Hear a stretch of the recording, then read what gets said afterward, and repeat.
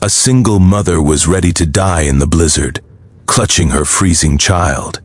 She never expected a billionaire to find her, or the heartbreaking reason why he couldn't drive past.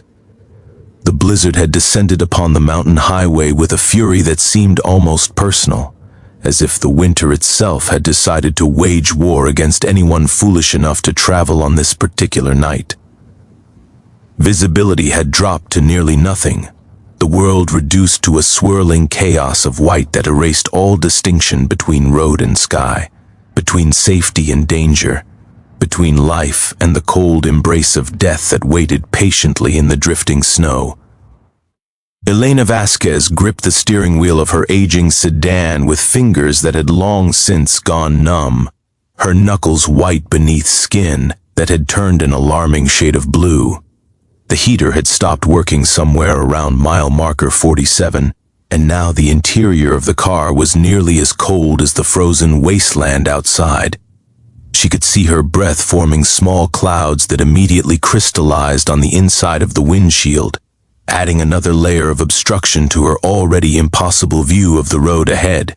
In the back seat, bundled in every piece of clothing they owned, and wrapped in the single thin blanket that was all Elena had been able to grab, when they fled, 5-year-old Sophia had finally stopped crying. This should have been a relief, but instead it terrified Elena more than the crying had. Children were supposed to cry when they were cold and scared and hungry. Silence meant something far worse. She glanced in the rearview mirror, trying to see her daughter's face in the darkness. Sophia's eyes were closed, her small body curled into a tight ball against the cold. Was she sleeping, or had she slipped into something more dangerous? Elena had read somewhere that hypothermia made you sleepy before it killed you, that it was almost peaceful at the end, like drifting off into a dream from which you never awakened. The thought sent a spike of pure terror through her chest, momentarily warming her with the heat of maternal fear. She could not let Sophia die.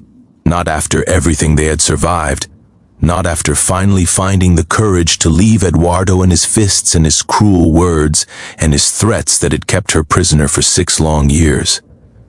She had endured all of it, had told herself that staying was the right thing for Sophia's sake, until the night Eduardo's rage had turned toward their daughter, and Elena had finally understood that staying was the most dangerous choice she could make. They had left with nothing but the clothes on their backs, and the few $100s Elena had secretly saved over the years, hiding small amounts of cash in places Eduardo would never think to look. It was supposed to be enough to get them to her sister's place in Montana, where Eduardo would never find them, where they could start over and build a life free from fear. But Elena hadn't counted on the blizzard, hadn't anticipated that her old car would choose this night to finally give up, hadn't imagined that she would find herself stranded on a deserted mountain road with her child freezing to death in the back seat. The engine coughed once, twice, and then died completely. Elena turned the key desperately, again and again, but there was nothing, not even the weak attempt at turning over that would have indicated some hope. The battery was dead, or the fuel line had frozen, or some essential part had simply surrendered to the cold. It didn't matter which. What mattered was that they were now completely without heat, without light, without any hope of rescue on a road that probably wouldn't be cleared until morning. Elena unbuckled her seatbelt and climbed awkwardly into the back seat, her stiff limbs protesting every movement. She gathered Sophia into her arms, pressing the child against her chest and wrapping the thin blanket around them both. Sophia stirred slightly, murmuring something unintelligible, and Elena felt a sob of relief escape her throat. Still alive. Her baby was still alive. But for how long? The temperature outside was well below zero and dropping.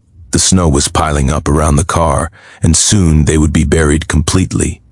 Even if someone did come looking for them, they might not be visible beneath the drifts. Elena pressed her lips against Sophia's cold forehead and began to pray, something she hadn't done since she was a child herself, since before she had learned that the world was cruel and that prayers often went unanswered. She didn't know how long she sat there, rocking Sophia and praying and trying to keep them both awake, when she saw the lights. At first she thought she was hallucinating, that her dying brain was creating visions of rescue to comfort her in her final moments. But the lights grew brighter, closer, and then she heard the rumble of an engine, a powerful engine that seemed to cut through the storm with an authority that her little sedan had never possessed. The vehicle that emerged from the swirling snow was like nothing Elena had ever seen, a massive black SUV with tires that seemed designed for exactly this kind of apocalyptic weather. It stopped beside her buried car, and for a long moment, nothing happened. Elena's heart pounded in her chest, a mixture of hope and fear. Who drove roads like this in weather like this? What kind of person would be out here in the middle of nowhere during the worst storm of the decade? The door of the SUV opened, and a figure stepped out into the blizzard. Through the snow-covered windows, Elena could barely make out a tall silhouette wrapped in what looked like a designer winter coat that probably cost more than her car. The figure approached her door and knocked on the window, the sound muffled by the layers of snow and ice that had accumulated. Elena hesitated. Every instinct honed by years of living with a violent man told her to be wary of strangers, especially male strangers who appeared out of nowhere with power and confidence. But what choice did she have? Stay here and freeze to death with her daughter, or take a chance on whoever this midnight traveler might be? She reached over and unlocked the door. The man who opened it was perhaps 40 years old, with dark hair touched with silver at the temples, and eyes the color of winter storm clouds. His face was angular and striking, the kind of face that graced magazine covers and commanded boardrooms. But what Elena noticed most was the expression in those gray eyes when they fell upon her and Sophia huddled together in the back seat. It was not the calculating look of a predator who had found easy prey. It was something else entirely, something that looked almost like recognition, almost like pain. He spoke only 3 words, his voice cutting through the howling wind with absolute authority. "Come with me." Elena should have been afraid. She should have questioned his motives, demanded to know who he was, insisted on some assurance of their safety. But her daughter was dying in her arms, and this man had appeared like an answer to the prayers she had almost given up on. And sometimes survival meant trusting in the kindness of strangers, even when experience had taught you that kindness was rare and often came with strings attached. She nodded, unable to speak through her numb lips, and the man reached in and took Sophia from her arms with a gentleness that surprised her. He cradled the child against his chest as if she were made of something precious, and Elena saw him flinch at how cold her small body had become. He turned and carried Sophia toward the SUV, and Elena forced her frozen limbs to move, stumbling out of the car and through the snow, following this stranger, because following was the only choice she had left. The interior of the SUV was warm, gloriously, impossibly warm, with heated seats that immediately began thawing Elena's frozen flesh and a climate control system that seemed capable of creating summer in the middle of a blizzard. The man placed Sophia carefully on the back seat and covered her with a thick cashmere blanket that had been folded there, then helped Elena into the passenger seat before returning to the driver's side. As he drove, handling the treacherous road with a skill that suggested either extensive training or a complete disregard for mortality, he made a phone call on the SUV's built-in system. He spoke in clipped, authoritative tones, ordering someone to have a doctor waiting at the house and to prepare the guest suite, and to ensure that everything was warm and comfortable. Elena listened with a mixture of gratitude and confusion. House? Guest suite? Doctor? Who was this man who commanded such resources in the middle of nowhere during a blizzard? She found out when they arrived at his home, if home was even the right word for the sprawling mountain estate that emerged from the storm like a castle from a fairy tale. It was enormous, modern yet somehow timeless, with floor-to-ceiling windows that looked out over a vista that was currential. Why invisible behind walls of snow? Staff members appeared to meet them, professional and discreet, and Sophia was whisked away by a woman who introduced herself as Dr. Chen, and who promised Elena that her daughter would receive the best possible care. Elena wanted to follow, wanted to stay by Sophia's side, but her own body had finally given out. Her legs collapsed beneath her in the grand entryway, and she would have fallen if the man hadn't caught her, lifting her in his arms as easily as he had lifted Sophia. "You're safe now," he said, his voice softer than it had been in the car. "Both of you are safe, I promise." She woke in a bed softer than any she had ever slept in, wearing silk pajamas that felt like clouds against her skin. Sunlight streamed through enormous windows, and for a moment Elena thought she had died, and somehow ended up in a heaven that looked remarkably like a luxury hotel. Then memory returned, the blizzard and the broken car and the stranger with gray eyes, and she sat up abruptly, panic flooding through her. "Sophia," she gasped. "It's perfectly fine," said a voice from the doorway. The man stood there, looking somewhat less imposing in daylight and casual clothes than he had in the middle of the storm. "She's in the room next to yours, eating what I'm told is her third helping of pancakes. Dr. Chen says she was mildly hypothermic but recovered quickly. Children are remarkably resilient." Elena felt tears of relief streaming down her cheeks, and she didn't even try to wipe them away. Her baby was alive. Her baby was safe. Nothing else mattered. The man's name, she learned over the following hours, was Alexander Mercer, and he was indeed a billionaire, the founder and CEO of a technology company whose products were used by half the world's population. The mountain estate was his private retreat, the place he came to escape the pressures of Run. Ning, a global empire. And he had been returning there from a business meeting when the blizzard hit. He had almost missed Elena's car, buried as it was beneath the snow, but something had made him stop, some instinct or intuition that he couldn't explain. Elena told him her story, or at least part of it, the parts she could speak of without breaking down completely. She told him about Eduardo and the abuse and the final night when everything had changed. She told him about the desperate flight toward Montana and the blizzard that had stranded them, and the certainty she had felt that she was going to watch her daughter die in her arms. Alexander listened without interrupting, his gray eyes revealing nothing of his thoughts.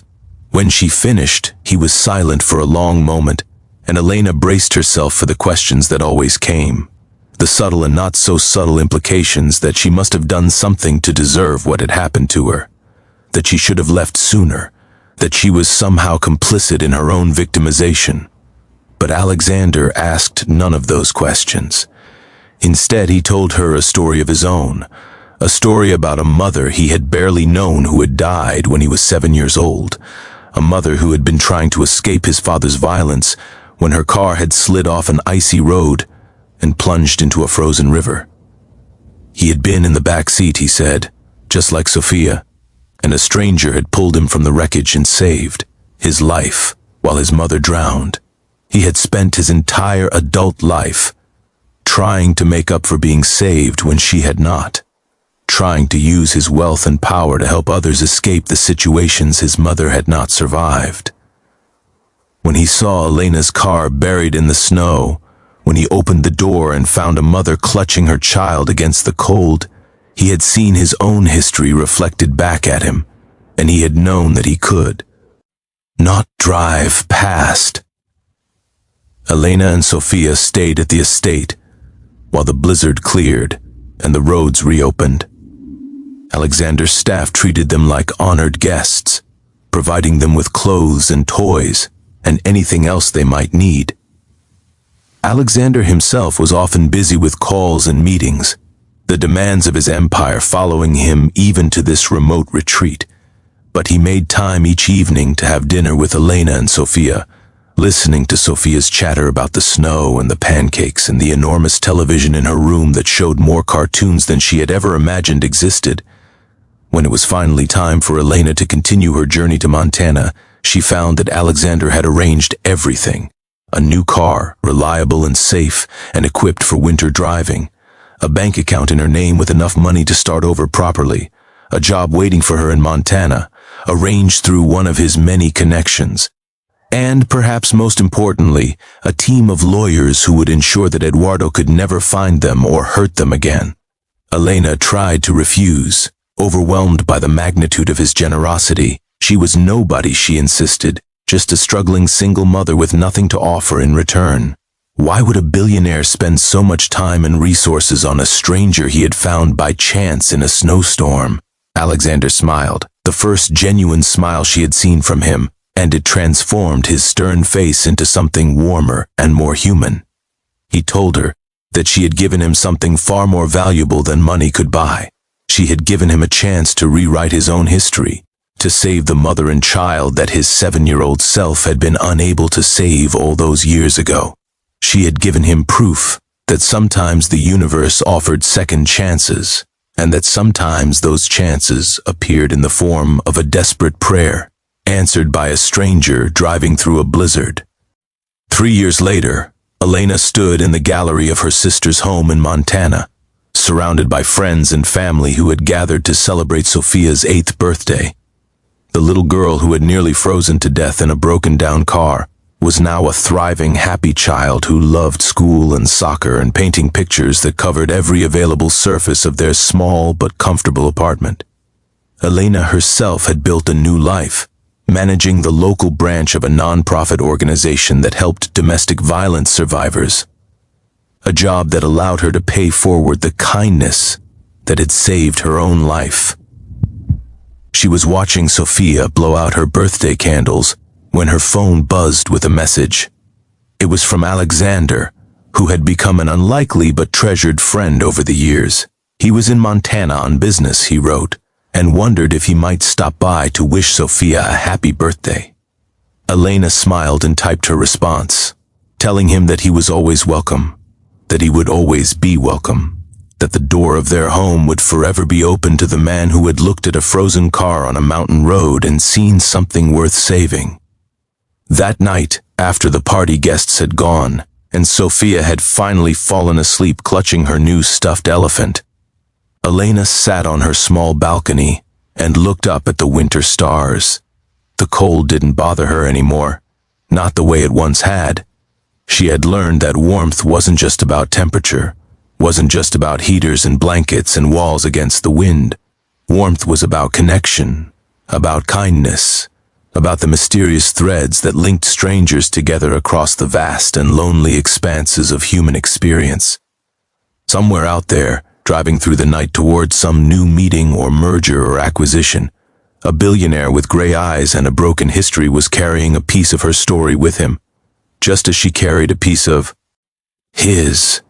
They had found each other at the moment of greatest need, two survivors of different storms who had recognized in each other the will to keep moving forward despite everything that had tried to stop them. "Come with me," he had said, and she had, and in doing so, they had both found their way home,